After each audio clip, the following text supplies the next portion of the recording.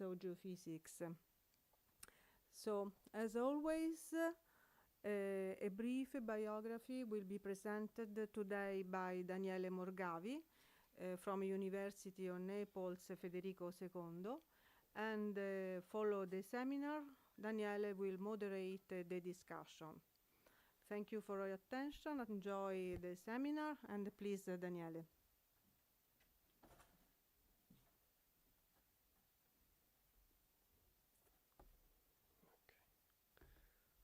So, hi everyone, and before we start, for the people that are online streaming, so watching the streaming on YouTube, to ask question later, they should fill out the form where you have a link which is ask your question. Click and type your question, and we will read it for you.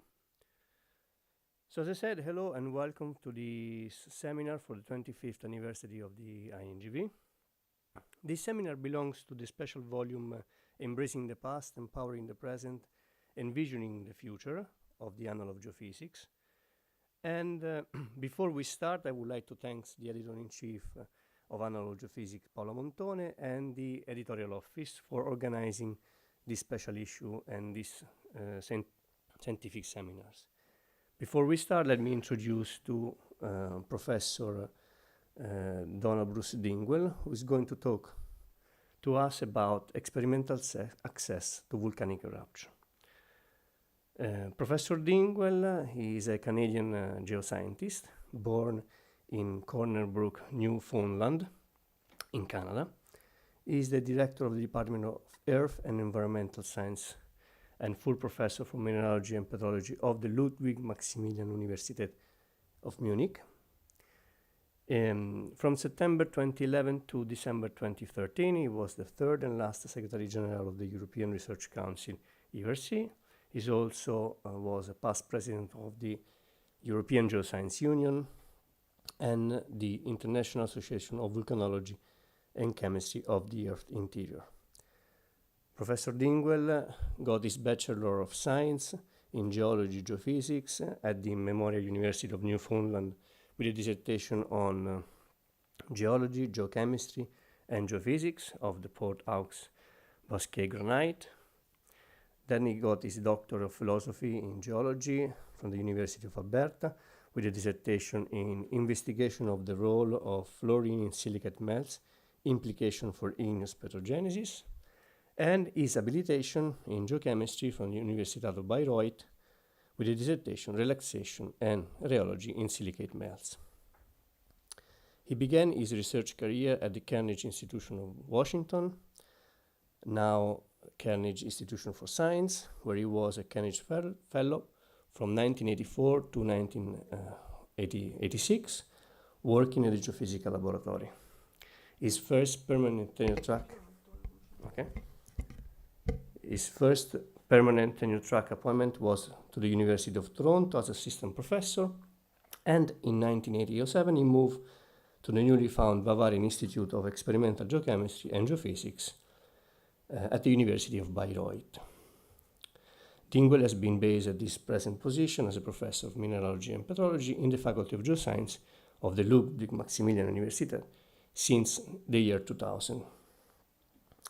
He's also served as a director of the department since its founding in 2002.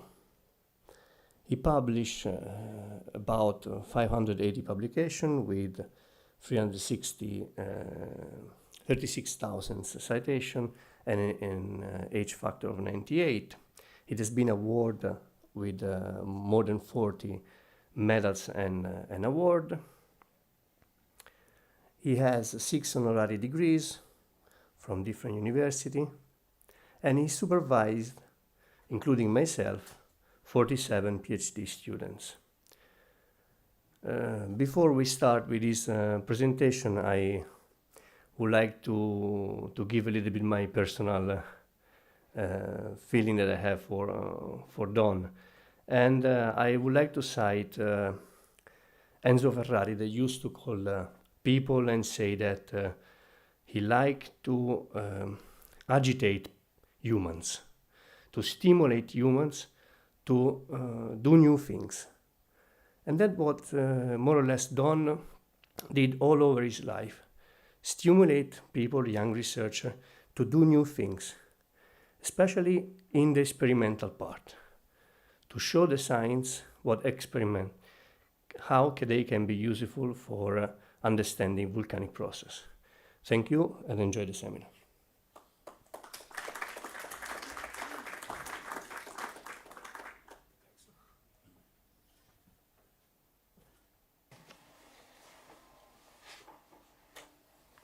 Thank you very much for the invitation to this series, high-level, prestigious series of 25 years of INGV. I'm almost nervous just to be participating in this series because I know how important and how visible and the impact that INGV has, not only nationally in Italy, but internationally, of course. Whenever I want to impress somebody that I meet, I always tell them I work with a lot of people at INGV over the years. And I really appreciate, and I hope you will take the joke well, the fact that you arranged for a magnitude 9 earthquake just before I arrived in town. Okay, I'm sorry, it's on YouTube now. So I've entitled my talk, Experimental Access to Volcanic Eruptions. It's supposed to, exactly as Daniele just spoke, and by the way, Daniele, thank you for those overly gracious words on my behalf. I do want to provoke you, so Daniela was accurate actually in some of the things he said about me. And all my life I try to phrase things in a way which will somehow dislodge people in their thinking a little bit. And as they find their way back to equilibrium, which may be the same place as before or maybe slightly different than before, then I've done my job. So I call it experimental access to volcanic eruptions. Of course, we are not directly accessing volcanic eruptions. We are simulating the access to a volcanic eruption. And in an experimental sense, we always have to simplify and we have to isolate different effects in order to maintain a deterministic understanding of what we do. In fact, designing the experiment is the great intellectual challenge of experimental work, designing the experiment. What do I want to know? Can I know that? Is it a wise decision to try to do that? And of course, the rough journey that I will take you through now is in the paper that I put in the volume. And I thank again the patients, Paola and Daniele, for waiting for my submission, which just made it in time. And despite being asked to write a review paper, I knew that I wasn't up to that and I didn't have the time and that I would need to do a proper review paper. So I simply gave a anecdote, if you will, of my journey through this field, and that's what that paper represents. So if there's anything I say today and you think I would have had more time for discussion, it's in the paper, and the paper refers to the original literature. And our view of the world and the way that we think and the people we work with and how we exchange with them, it's all encapsulated in a couple of volumes that have been produced. This one is produced in the mid-90s, and it basically summarized everything we thought that we understood about the liquid state in the solid Earth, something that was not overly represented in research at the time. In the 80s, when I was a postdoc, I was told there's only about 2 or 3 more years work to do on silicate melts, and then it's done. That was a famous quote by a famous scientist that I didn't believe, and I took 30 years instead of 2 or 3 years. So this was where we started in the mid-90s. It was an initial summary analysis of what we understood. And 25 years later, I got a contact from Neuville and from Henderson saying, why don't we do another IMG? And we did. So we produced another volume 25 years later, and Daniele has a chapter in there, and several other people that you know do as well. And of course there, almost everything we know is carefully presented. It all started for me back in the days before I would have considered myself a volcanological researcher in the late 80s, when I encountered a lady called Sharon Webb, who was an experimental geophysicist originally from Australia, and together we stumbled onto the simplicity and the generality of something called the glass transition, this yellow line, which is here presented as a function of time. and reciprocal temperature, presented as reciprocal temperature because it almost linearizes the temperature dependence of its variation.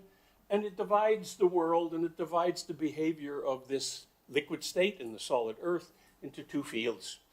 Into the liquid field that we all know and observe when a volcano of low viscosity erupts, like Etna most recently, and into the other thing, which is what these volcanoes produce in the absence of crystallization. If there is any glass left in the system, they're produced at this yellow line, these glasses, and then they lie in the field as volcanic rocks of more or less glass fraction. And accepting that this was the physical, if you will, the microphysical explanation of why liquids produce solids without crystallization and why liquids behave in a very brittle manner and ultimately in an explosive manner, was something which was not accepted in 1989, was not accepted in 1990. It slowly began to be accepted in 1995, 96. It took 5 years before all of my heroes would talk to me about it at all. It was considered to be a ludicrous statement at the beginning. So, as you know better than I do, we have the problem that we cannot go inside. We can watch the beautiful display like an orchestra of what Stromboli is doing here on the surface. We can listen to it, we can look at it, we can breathe the ash in, but we cannot go inside the vent. And so what we're trying to do experimentally is extend our observational column inside the vent and below the vent to understand those processes that are taking place down there. And the way that we do it is multiple, because this is not something that one experiment will answer. What we tried to do is create a field of experimental volcanology, and I was very excited that people in Italy were immediately interested in participating in this field. Of course, we have Jacopo here, and we have many others in this place who have participated in the experimental analysis of these systems. This is just one experiment. It's our so-called decompression tank or our fragmentation tank. When something's successful, it gets many names. And this is basically our atmosphere here of a few meters height. And below it, although you can't see it well in this quality of illustration, there is a hydrothermal bomb which allows us to reproduce magma chamber conditions. And so we put the magma in the magma chamber, we cook it until it's at least mechanically relaxed. Sometimes we cook it until it's in equilibrium physicochemically. And then we rapidly reduce the pressure on it. And by reducing the pressure on it, we see whether or not we are going to produce fragmentation of this material, an explosive event. And if we produce fragmentation, what is the most common product of fragmentation? It's ash. And ash could be argued to be the most important thing that volcanoes do in the Earth system. So it's a very interesting end of the game to study. And this is ash. And so this is newly produced experimental ash. This is, as I like to say, this is what success looks like when one of these experiments works. It looks like a disaster, but actually it's exactly what we want. And so we made a business and a science out of making ash under controlled conditions of pressure, temperature, decompression. And we discovered how much of various parameters we need to make ash. And we showed that all we need to do to make volcanic ash is to decompress. That the essence of volcanic eruption is decompression. So we're all staring at these incandescent flows and thinking about the fantastic 1,000 degrees Celsius between us and them. But it's not fundamentally something thermal which is happening at the point of fragmentation and explosion. It's something physical. And this physical effect is basically decompression. If you do decompression too quickly, it's unavoidable. You will produce volcanic ash. And at the end of our experiments, we get volcanic ash, and we're able to synthesize it in the laboratory. So let me get my mouse under control here. Nope, didn't want to do that. Here we go. So this is a look inside of the magma chamber where we're literally producing volcanic ash on the time scale of a few milliseconds here. And then this volcanic ash and the pilly-sized particles, this is about 20 millimeters, are torturing themselves through a complex flow system to get out and to get to the low pressure end of the volcanic vent. So for us, this is what's happening, for example, in a Vulcanian explosion in a volcanic system. And you see the fantastic stories that have to be told about how these particles are able to transport themselves out of the vent. And above this, what we have is the other half of the story, which is what happens when the material does get out into the atmosphere, into this big 3-meter tank that we have. And this is the gas coming out of a decompression chamber, and this is the pyroclastic blast. So this is purely ballistic now. This is not a plume which is rising due to its density. This is just the blast dynamics, and you can see freshly produced pyroclastic particles. This is happening then at 800, 900 degrees Celsius. This is really at the conditions of a blast from a silicic or an intermediate volcano. Okay. So we can study the dynamics, the acceleration, the deceleration, and of course we've compared with natural results that Jacopo had on the deceleration of the speeds of these particles. And it's been something which has changed the number of tools we have in the tool bag to understand volcanic eruptions. And we've discovered by accident, so serendipity. I always say this to politicians and to funders, that it's very important to be experimentally present and to be in a facility which has the potential to observe things that you're not looking for. And of course, this was our observation, our first observation of the lightning generated by fragmentation of decompressed magma. And it looks like near-vent lightning, and it basically is near-vent lightning. And it was very exciting that it was produced by accident due to the fact that the processes that we are employing in the laboratory apparently are indeed very, very similar to what's going on in nature. And I say that slowly to you because, of course, that's another battle that we have to fight as experimentalists, always, and we should have to fight it, which is you, if you're in the field and are looking at volcanic processes, know that you're looking at the problem which is relevant. We in the laboratory do not know. We have to convince ourselves that what we're doing is relevant to the process in the field. When I was very young, told by Dave Virgo at the Geophysical Lab, we have it much more difficult than physicists and chemists, he said. They do the experiments and publish it, he said. We do the experiments, we have to sit down and convince ourselves and others that they were the right experiments, and then we're allowed to publish it. You know?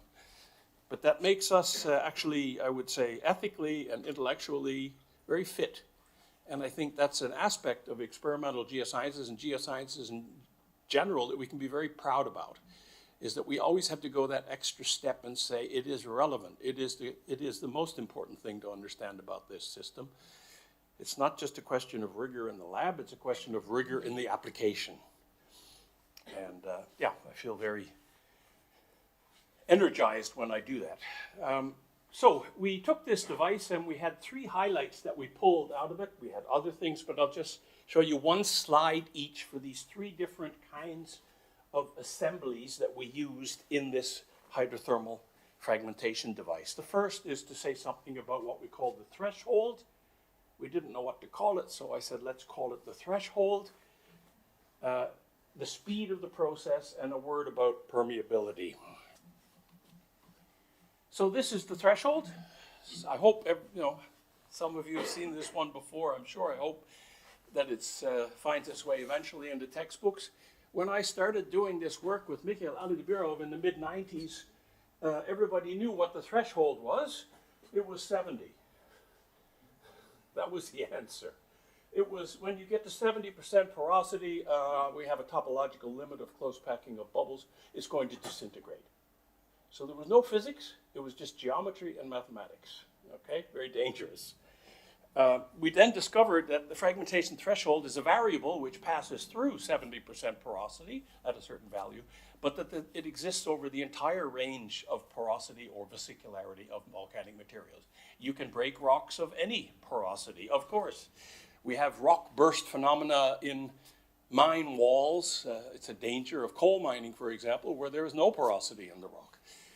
So we have a very high threshold for low porosity rocks and a very low threshold for high porosity rocks, which is why, in a simple way, the products of any explosive eruption are dominated by highly vesicular materials because it breaks at 1/10 of the strength of low vesicular materials. The speed of the process is very, very low. And I say this, I don't know if seismologists are still in the room, but I say this in front of you. We know what the acoustic velocities are in these materials. They're a few kilometers per second, like everything else, I would say, in seismology. But the speed of destruction of the magma by fragmentation is 1/10 or 100th of that value. So it's a very slow process to destroy the material. So it's not a simple question of sending an acoustic wave through the sample. The sample realizes that it's much denser than it should be at the decompressed value of the stress, and then it instantly turns into ash. That's not what happens. It takes a while, and it takes a process for that to be processed into ash.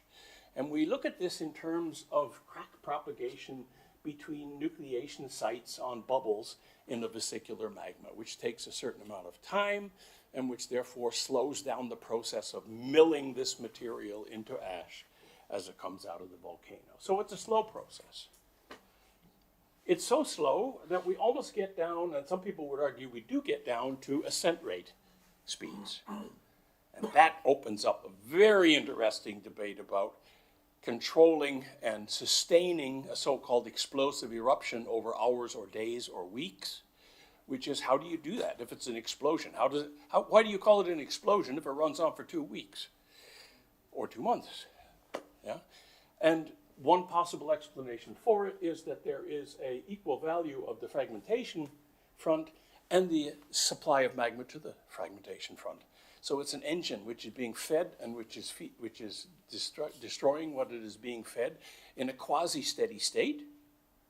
It may fall out of steady state by lack of supply, or it may fall out of steady state by having an explosion above, which is too fast and relieves the pressure. So this opens up a whole dynamic field of comparing supply versus destruction, and therefore allows you to sustain things over a long time if the conditions are right, even though it's exploding. And this is the dependence on the permeability. This is low permeability, and this is high permeability. And this is I won't explain it in detail, but it's basically an energy density. It's a specific energy in the material. It's the pressure times the volume of the bubbles in the rock or the vesicles. So it's a potential energy in the system. And you can see that it represents a parameter which is constant as a function of permeability when the permeability is low. So it really is a constant and a criterion for fragmentation, but it is not when the permeability is high. So what happens, we believe, is that the degassing of the sample becomes too rapid. And when we decompress our samples, the gas outruns the magma, basically. So if I can decompress my sample quicker than fragmentation can occur, fragmentation has no reason to occur because the gas has left, the pressure is carried by the gas, and therefore there's no more decompression required. And so we think we found a boundary of permeability where fragmentation is sort of snuffed out or is choked by gas loss instead. And of course, volcanoes are degassing all the time, everywhere. That's the real constant of a volcanic system. It's degassing, it's not eruption. Eruption is interruptions of the degassing process. And perhaps we should look at things that way instead. All right. And the latest, before we leave this sort of part of my talk, is just to tell you that finally I got really smart people here, Alejandra, Miguel, Betty, and others, to join me to acoustic sensor our experiments. In other words, to put sensors which are analog seismic sensors all over our experiment, empty, without a sample, to see how the system reacts to a decompression event, and then put the sample in, and by difference, see what the sample is generating on seismic signals, in quotation marks, of what is going on in these experiments. And this paper is finally being submitted in the month of February, I promise, and I think it could be the most important paper of all that we've done in this field, which is to understand all the kinds of seismicity that can be generated by these explosive events. So this is the ash which comes out. You all know better than I what it looks like. This is an SEM shot of some beautiful tube pumice or woody pumice, and over there you see the transmitted light. reminding us to say that there are glass fragments which contain crystals, there are naked crystal fragments. It's a mix and a mess of various components which existed in it before eruption. It also contains considerable kinematic information beyond the fractions of phases and the normal petrological analysis that you would do, or even the grain size analysis that you would do as a physical volcanologist. It has textures. This is a tube pumice which shows you angled kink bands which are running through it, kink bands in a volcanic pumice. Spectacular, and any structural geologist who is, if you ever had to stare down the microscope and understand kink bands, I had to do it when I was about 19 years old. I was very surprised to find them in a porous glass rather than in a mica schist. But they're there. That's the thin section view of them. I hope you can see. There's a kink band running through the sample right there. So they have a characteristic angle, and we did our first paper on this with Carla Soriano, who was a structural geologist, who explained to us how we could mechanically interpret the angle of the kink bands to the angle of elongation of the sample. And actually, I'm beginning to think it's time to write another paper on this, because I heard an interesting talk from a completely different field, because we came to the conclusion in 1999 that these are compressive kinematics. At the same time, the sample is being extended and elongated in this direction and blowing out of the top of the volcano. Apparently, there's some kind of compressive events which it experiences on its way out. Anyway, I'll say no more about it than that. So we got to the point in the 90s where we could actually make this stuff. This is not a natural sample. This is made from powders of reagent-grade chemicals, silicon oxide, aluminum oxide, sodium, and potassium carbonate, decarbonated, cooked, melted, hydrated, decompressed, foamed, and fragmented. I mean, people thought we were mad in 1990 to do all this, but you can see beautiful terminations of the tube pumice fragments that we could get out of there. So we're able to produce from completely controlled substances the kinematics that we see in natural tube pumice. There's another kind of kinematics that we get out of volcanic products, and that is the fluid or the dynamic distortion of liquids. And this is the work of Daniele Morgavi, and before him of Diego Perugini and others, where we set up an experiment where we stir off-axis two different axes. One is the cylinder or the crucible of liquid which is being turned, and the other is an internal rotor which is off-axis.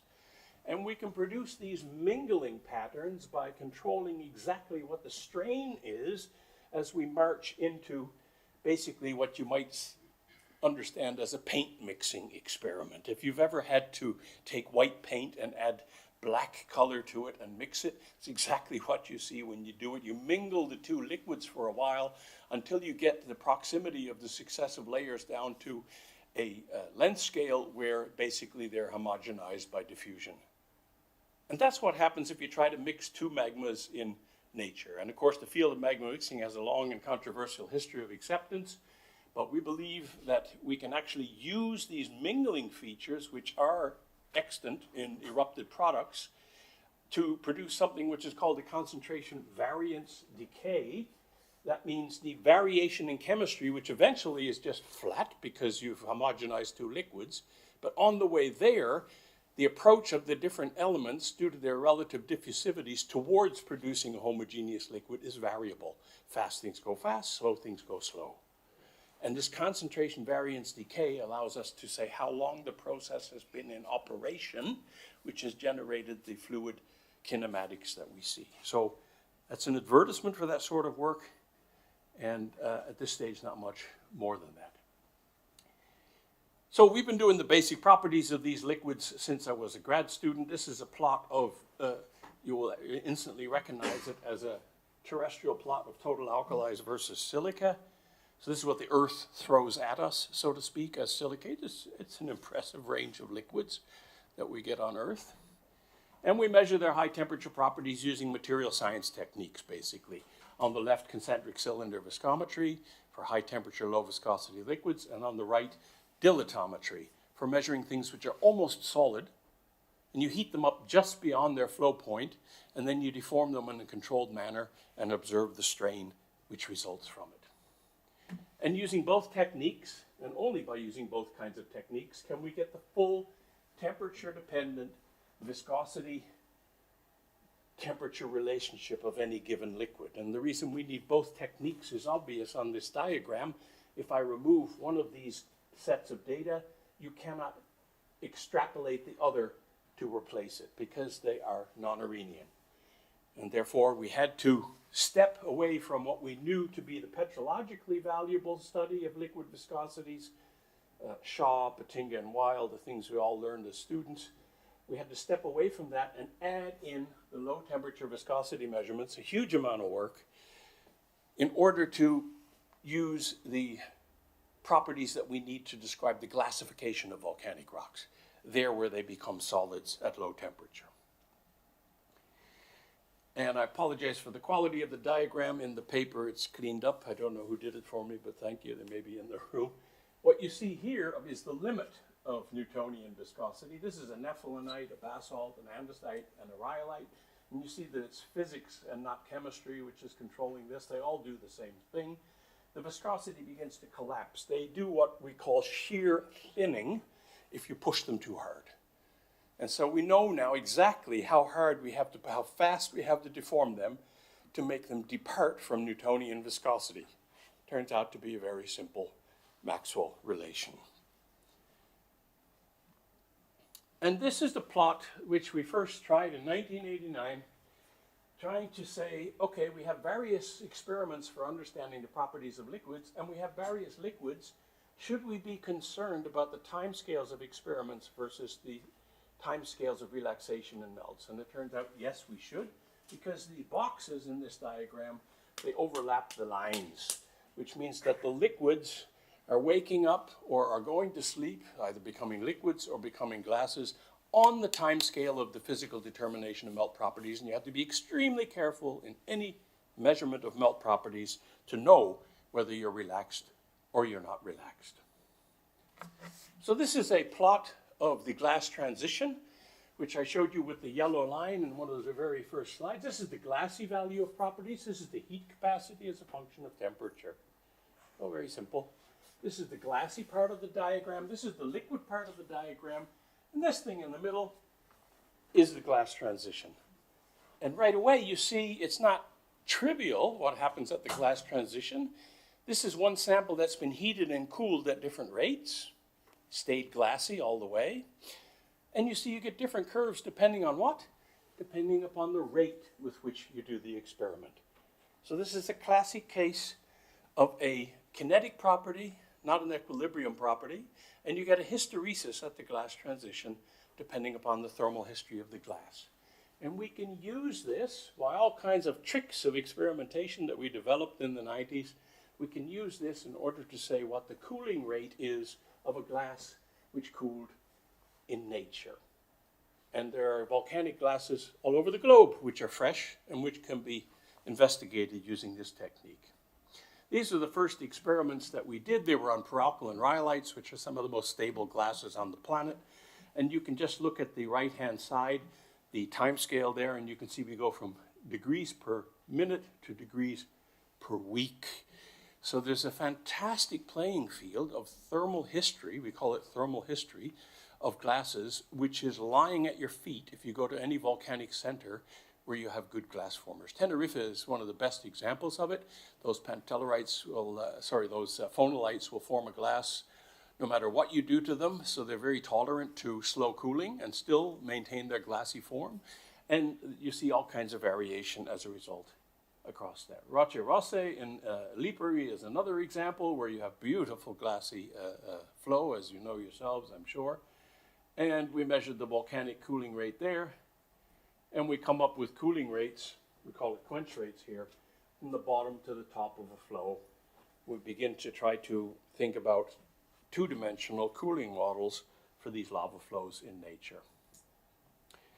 Submarine glasses which are basaltic are more difficult to handle, and you look at the low quality of data on the right here.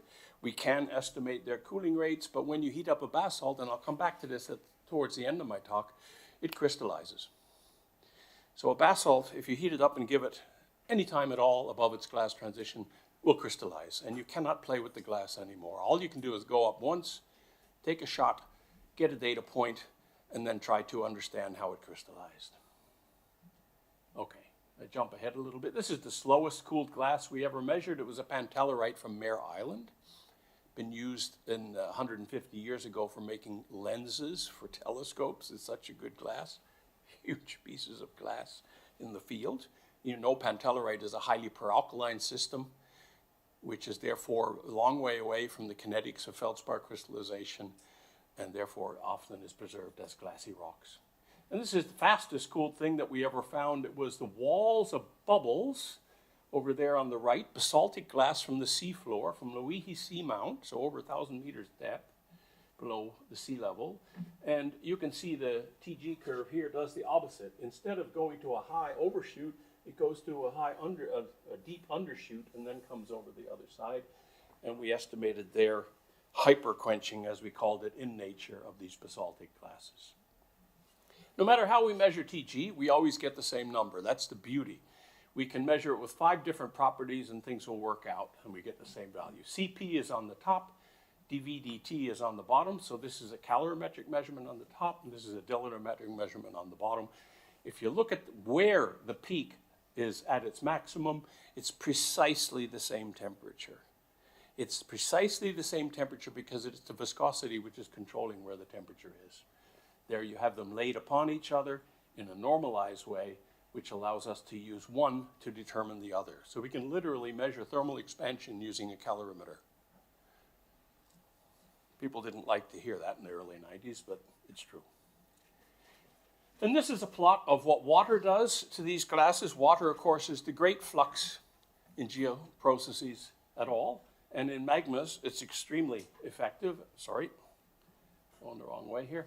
And this is the, look at the vertical scale there. There's 400 degrees shift in the glass transition temperature just by adding a few weight % of water to a calc-alkaline rhyolite liquid. So huge variable in the dynamic response of rhyolitic liquids, which are erupting explosively, is the water. Where is the water? How much water is there? How long has it been there? How many bubbles has it created? That turns out to be the great dynamic which is shifting under your feet in every explosive eruption of a rhyolitic system, and it has a vast effect on the rheology of the system. I just want to jump ahead a little bit to this diagram. This is a plot determining the glass transition by looking at the density of liquid inclusions, of not melt inclusions, liquid inclusions, within bubbles inside of glasses at high pressure. You can literally determine the glass transition of these systems by looking at the homogenization temperatures using fluid inclusion techniques. And these are data from Claudio Romano's work from the 1990s, where you can see a beautiful deviation from additivity, which we expect and we see otherwise. It's called the mixed alkali effect, and we determine it with fluid inclusion determinations. This is the dry determination at the top with dilatometry. This is a wet one at the bottom. Okay, so we marched off with Joe Gottsman and with Daniele Giordano to try to determine a general relationship between viscosity and the glass transition using calorimetry. And the value of that is that you can then take calorimetry and you can work where it's impossible to do viscometry. Viscometry requires complete control of the geometry of your sample. If I can let go and say, I don't care what the geometry of my sample is, I simply want to measure its thermal state, then I can do much more. And so by going from viscometry to calorimetry, I can determine indirectly viscosities over a far wider range of conditions, and I'll show you some examples of it in a moment. But it's all based on measuring the temperature, the reciprocal temperature dependence of the viscosity, and comparing that to the temperature of the glass transition, the peak in the CP curve, versus the heating and cooling rate of that experiment. Turns out you can slide these two sets of curves over each other, and you get a constant shift factor which relates one to the other. And there is, this is the comparison, so you see black data points here and you see white data points. One of them is calorimetric, one of them is viscometry determinations. The two experiments have nothing to do with each other, but they give you the same slopes on this diagram, and you know then that you can use a simple algebraic shift factor to go from one to the other. And this is the shift factor, and it is a function of chemistry. It's not a really strong function of chemistry, but we produced a curve which allowed us to calculate it.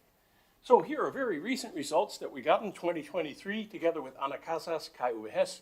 James Badrow made the samples for us. So we did levitation melting of pyrolite samples and then quenched them in levitation and got glassy spheres, even though they have 38, 39% silica, should normally never produce a glass, normally crystallize like the snap of a finger. But we can produce glasses if we do containerless synthesis by levitation. So we did, of course. Then we took all these glass spheres, went back to Munich, put them in the calorimeter, and measured their glass transition temperatures. And it turns out we can measure the glass transition temperatures. Here are the values that we get for various samples. And we did samples using gas mixtures in Paris, where we did the levitation. And so we actually got the oxidation state to change in these iron-rich pyrolite samples. And we know now what the effect of oxidation state on the viscosity, on the TG, is for peridotite or pyrolite liquids. So magma ocean modeling now, the viscosity curve is defined, can be taken, can be employed in any of that kind of modeling. And you can see the precision with which I can measure TG calorimetrically. And now you see the power of being able to let go of classical canonical viscosity experiments, move sideways into calorimetry, and have my shift factor to get back to viscosity. Because I can get incredible precision by shifting to calorimetric measurements. 2 degrees here are reproducible between samples using calorimetry. All right, and then if you look at the right-hand side here, you have 2 studies that we did, one on peridotite, one on pyrolite. You have the very high temperature superliquidus viscometry. Difficult to do, higher error bars than normal viscometry, can be done, is done here. And then we have the glass transition determinations over here. So this is the extreme case where it's impossible to do any experiments in between there. But if we have both end members with their slopes, then we can fit a relationship which includes both of them. And you have the complete viscosity temperature relationship of an ultramafic liquid. And we've done the same thing for other extreme liquids, for carbonate liquids on the other planets, for example. In particular, on Venus, it's speculated that there are carbonate lava flows all over the place. So we want to understand their viscosity as well. And here, you can see by the nature of the graphical presentation of these data, we're doing the same thing, in this case by producing carbonate glasses. And we were the first people to produce glass transition temperatures on carbonate glasses. Carbonate glasses have been speculated to exist 100 years ago in a German paper that I found, and 50 years ago, carbonate glasses were inferred to have been produced at the Geophysical Lab in the 1960s, a paper by Tuttle and others, and then it's just pushed to the side. And then another 50 years later, we're actually able to determine their glass transition temperature. And now we have a new kind of calorimetric technique. It's something where we put power into a chip which heats a sample at incredibly high rates, thousands of degrees to tens of thousands of degrees per second. It allows us to take any glass that we can find. It will survive the journey. Because it's up there for such a short period of time, we get it back again as a glass. Okay, it's for very small samples. It should eventually allow us to do volcanic ash. And using this technique, now we've been able to study some incredibly fragile liquids. For example, water-bearing carbonate melts. And here you have a plot of the glass transition temperature versus water content, starting from a pure carbonate and then with weight percents of water added to it. And over here, you have something that you probably never had the occasion to think about, but water itself has a glass transition temperature, is about minus 150 degrees Celsius. And this glass transition temperature down here is linking up to the trend that we get from the addition of water to carbonates. That doesn't happen for silicates. Silicates show a great discontinuity. So we know that there's a fundamental difference between the way water affects the properties of carbonate melts and carbonatites versus the way that it affects the properties of silicates. I'm going to jump ahead. I'm going to leave the Earth. I know I'm at INGV. I apologize for it. And in the end, I'm going to come back to the Earth. So don't panic. But Here we have the reminder that we have planetary missions coming at us hard and fast. Going back to the moon, if you're an American, you would say it like that. China has gone back to the moon in an unmanned way, and they will go in a manned way very soon. And others are joining the race. And of course, we have volcanism everywhere we look. This is Venus. New volcanic samples were sampled by Chang'e a couple years ago. And of course, this is Mars. And for a long time speculated, I'd be very interested to see what this powder is made of when we finally get up there and get enough of it to analyze. And we have morphologies of volcanism on these other planets which are completely different than on Earth. We've known this since at least the 70s. These are the pancake domes of Venus. These things are hundreds of kilometers across. They're perfectly round. They look like something which flowed from a point source and then didn't stop until it reached a few hundred kilometers. And we don't even know the chemistry of these things convincingly yet. They could be rhyolitic, they could be basaltic, but you have to remember that they're erupting on a surface which is not the Earth's surface. They're erupting on a surface which is about 400 degrees Celsius and about 100 bars pressure. And that means that the target of volcanism, if I can call it that, our definition of volcanism is surface expression of magma, right? But we never think about the fact that actually, but we have to define surface. Because on the Earth, we say, okay, it's 1 bar and it's room temperature and plus minus a little bit for submarine volcanoes. But on Venus, it will be a very different target that you're approaching. So your volcanic process, presumably defined in the same way, I can see the products on the surface, is actually going to a very different set of conditions in order to produce volcanism. And these need to be investigated. And one of the most obvious things which can occur when you put a little bit of pressure on the surface is that you push this viscosity versus water curve to the right. So you shift this viscosity catastrophe of rising viscosity due to loss of water content down to 1 bar. If I can stop this at 100 bars, then I will have a much lower viscosity of what's coming out of the surface, and it will never go any further because it's at equilibrium pressure. And so it may be that the morphology of these pancake domes has something to do with the fact that the pressure on the surface of Venus is 100 bars. So as petrologists, we all think, no, it's because of the rocks. We're always completely fixated on the solid Earth reason. But maybe we have to look at it from the other direction and be fixated on the atmospheric conditions into which this volcanism takes place. Okay? All right. And just to say that we're actually quite useful for people that we normally don't talk to, all the people who are doing, and we need friends. Everybody today in science funding needs friends. So go talk to your Italian space agency and tell them actually they need geoscientists to do engineering on the moon. Because what are they going to do? They're going to take rocks and they're going to engineer them on the moon. It's all local material. Nobody's moving anything to the moon to do any of the things they want to do. And what do they want to do? They want oxygen. We know if we cook basalt, we can get oxygen out of it because the redox thermodynamics do that for us. They want water. We know there's some water in these rocks. We can get it by heating them up and removing the water. They want to do helium-3 mining. At least that's one of the golden apples that people always use when they talk about going to these surfaces and paying for it by extracting helium-3 mining from the surface of the planet. And they want to build structures so they don't all die from solar radiation and from cosmic rays in a short period of time. People talk about living in lava tunnels and things like this. Not so sure if I'd be happy about living in a lava tunnel, but you can build things, and there are engineering groups all over the world now who are taking rocks, volcanic rocks, cooking them and trying to make building blocks out of them. Of course they are. And so this is extremely close to what I do, and it's extremely close to people who have a good understanding of volcanic materials. We've already done some studies on the famous green and orange glasses. You see them there. This is actually the orange glass. This is real color on the surface of the moon. Probably most people haven't looked at the paper, but there it is, orange. Imagine Harrison Schmitt going along there with his shovel and thinking he sees something orange, puts a shovel in the ground, and it's orange glass. I mean, fantastic. And of course, we're the glass people, so we can measure these glass properties extremely well. We measure the glass transitions, and we can say things about the cooling rate of volcanic glass on the surface of the moon. All right.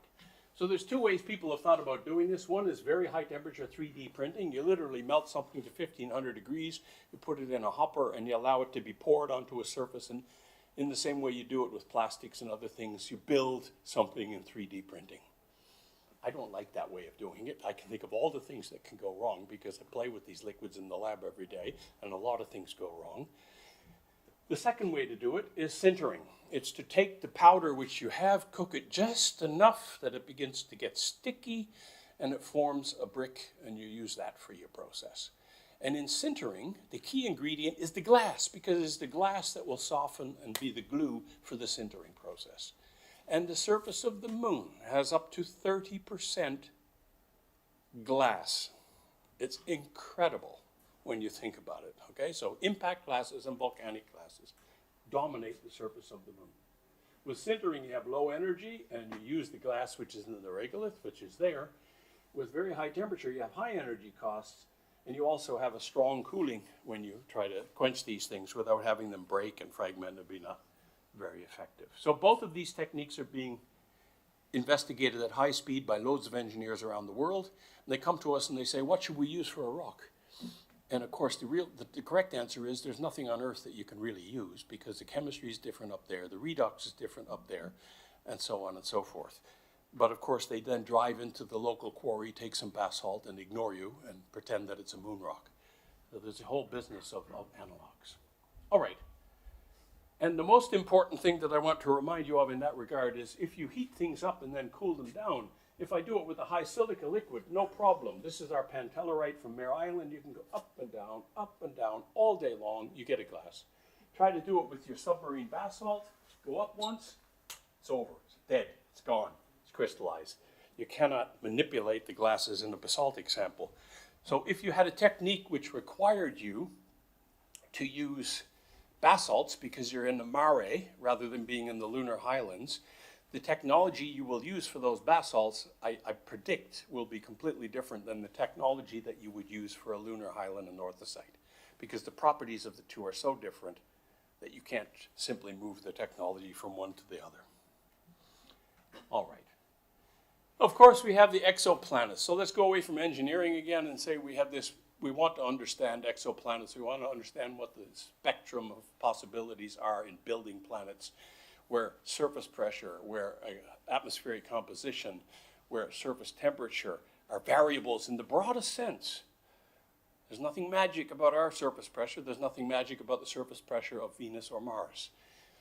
Then you're into the world of exoplanets, where it's very frustrating how little we know about them now. We know their atmospheres and their sizes and their distances, and we can estimate their temperatures and stuff. But in the future, we will know more. And as very smart physicists try to model how these variables influence the surface properties, we should remember that they need geoscientists to interpret it as well. And in Munich, my successor, Jan Lavallée, is setting up a geoastronomy center together with the exoplanet people who have just been hired in Munich to work together so that the people who talk about how planets work are talking to the people who talk about how they want to build planets and explain the exoplanet. And it was them who came to us. That was the exciting thing. So the astronomers realize they're at a point where they must speak to geodynamicists and planetary modelers to get ahead in understanding what they're doing. Back to Earth, and then I'm finished. This paper just came out, Accessing Magma, a necessary revolution in earth sciences and renewable energy. It's my plaidoyer, which I've been making for over 10 years now, that it is within our grasp to actually intersect magma. We've done it by accident a few times. We know it works. And if we do it in a planned manner, we get several things. First of all, we get high enthalpy geothermics. Secondly, we can actually look at what the system looks like at a few kilometers depth. And thirdly, if the first two things are successfully achieved, then we can actually go in with a second well and we can actually play with the magma in situ, in the upper crust of the Earth. We can actually manipulate the variables which control the magma's state, like pressure. People who drill do this all the time, right? People who look for oil control pressure in wells. That they're the world's experts at doing it. So this can be done. It won't be dangerous to put a hole down. You can control it if you know what's coming or you know what could be coming. and it will allow us to perhaps create in the future a magma observatory. You know, if I would ask where is the magma at what depth in Iceland, I would get predictions from 100 people who I know personally. They would all tell me the number, but they were all wrong when it was intersected at 2 kilometers rather than the 5 kilometers which seismics predicted. So this is a lesson, especially to the younger people in the room. Be careful about what the collective wisdom is of your age, because there are some holes in it. And the only way that you're really able to test the quality of these predictions, like in any other field, is to go there and take a look. So I would like to think that I've lived long enough to see this happen. For me, of course, the really exciting part is the manipulation part. The idea that you could actually manipulate magma. Again, people, if I'm at a certain distance and I say that I want to change pressure here and see what happens here in the magma, I know loads of people who will tell me exactly what the answer is, very precisely, give me fantastic models. Wouldn't it be nice to be able to test them? So back on Earth, and a long-term goal, I think, of natural hazard management and understanding as well, and so appropriate to give to you in a talk in INGV. Thank you very much.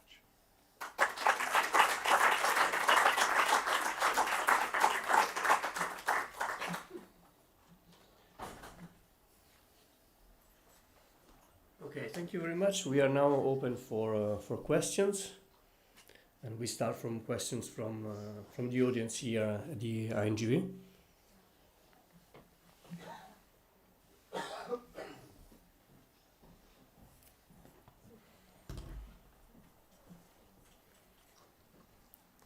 Well, I have one comment to say that it's.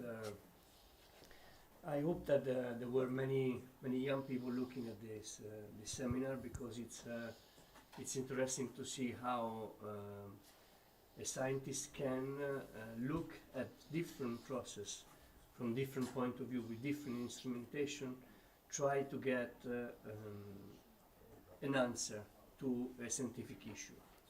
Like you were explained when you were looking at the viscosity, how you address by looking at different technique to confirm the result of other instrumentation to get the final value, the final number.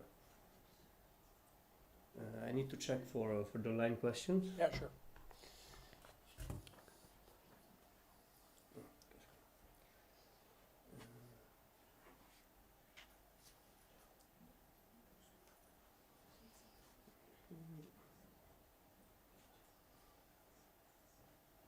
Sorry, I just need to connect my.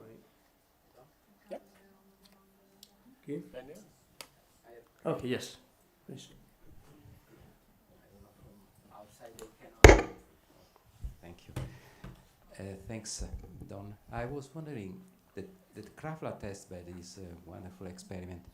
What about drilling in a different geochemistry, different petrology? I mean, with much more viscous magma, which has maybe more gas, lower temperature. What would be your expectation? So at Krafla we have basalts, but at Krafla we have rhyolite as well. Yes. So this is actually an application for rhyolite. So here we do have the high viscosity glass forming magma. Here I would be extremely practical. Let's face it, we'll all be extremely lucky if we get this thing funded and are really able to drill into Krafla and produce our magma test bed. It's a combination of national funding, of private industry, of the geothermal industry. Luckily in Iceland, the same agency is responsible for geothermal and for volcanic risk. That's an advantage. So really, it's very opportunistic to decide where we go. We go where the first opportunity becomes possible. Yes. And if the first opportunity becomes possible in Tanzania, fine. If it becomes possible in Iceland, fine. Because this is the beginning, in my opinion, of imagine it would be a huge success. Imagine we would discover things which are completely counterintuitive, and then we have to throw a generation of young people at it in order to understand what the hell is really going on at 2.5 kilometers depth in Iceland. Then it won't be the last one. It will just be the first one. Yeah. So everybody will get their turn, I would say, in terms of chemistry and things like that. The only challenge will be, of course, we have an ultimate control on the depth to which we can practically scientifically drill. That's the ultimate stopper in the equation. But we have a lot of shallow magma and it's a problem. So that would be my answer.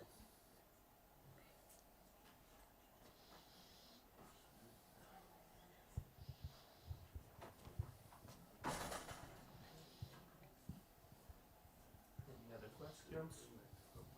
Comments?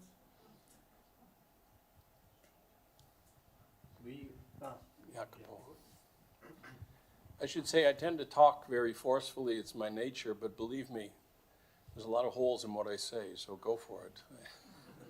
Just to comment, we have more than 50 people online following as well. Okay. It's very nice talk, Don. Thanks a lot. So my question is, there is a lot about, so you have shown the difficulty of the basalt that crystallizes very soon. Do you think that still the brittle ductile edge works for those magmas as well during fragmentation? Only in cases where the liquid state is preserved to the, I would say to the strain rate limit, other people would say to the stress limit. We know, and I normally show a picture of Etna lava flows coming down the mountain, but I didn't dare to show it at INGV, of course, because you know more about Etna than I do. But that's a case where the lava dies, if you will, by crystallization rather than by glacification.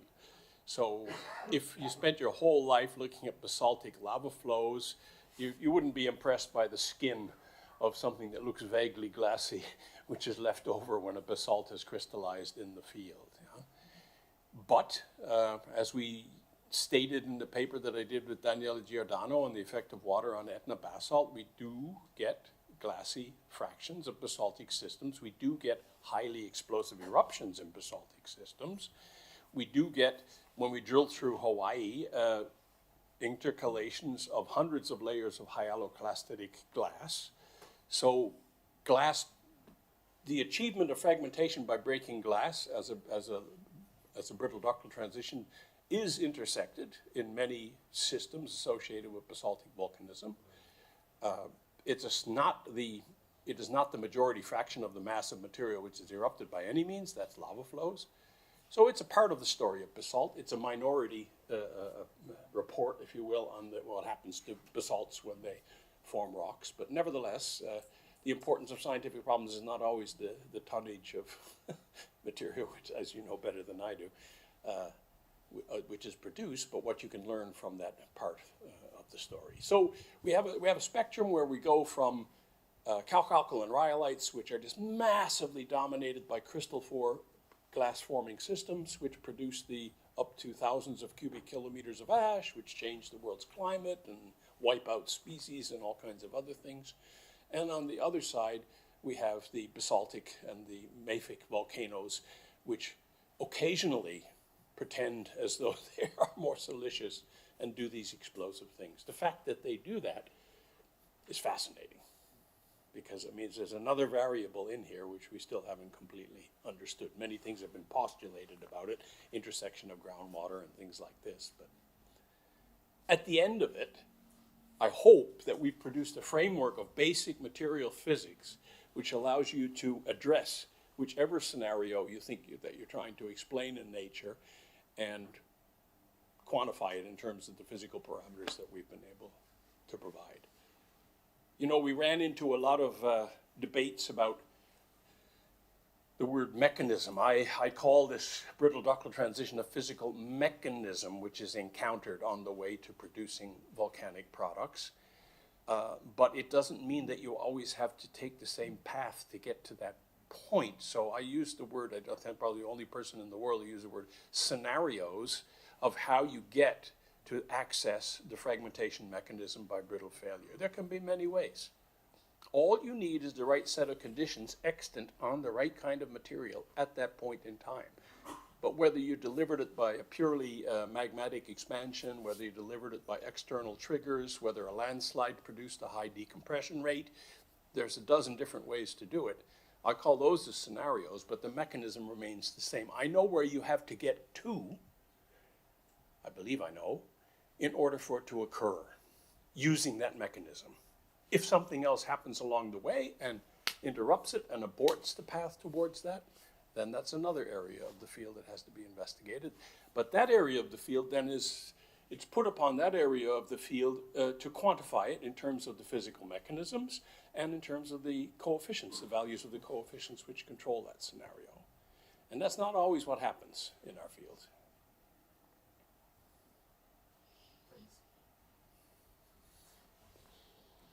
Any other comment or question?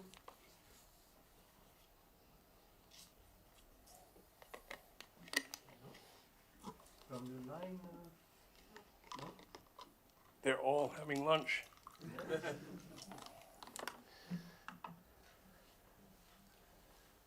Okay, we can close. We thanks Don for this great presentation, and we see for the next seminar. Thanks for listening.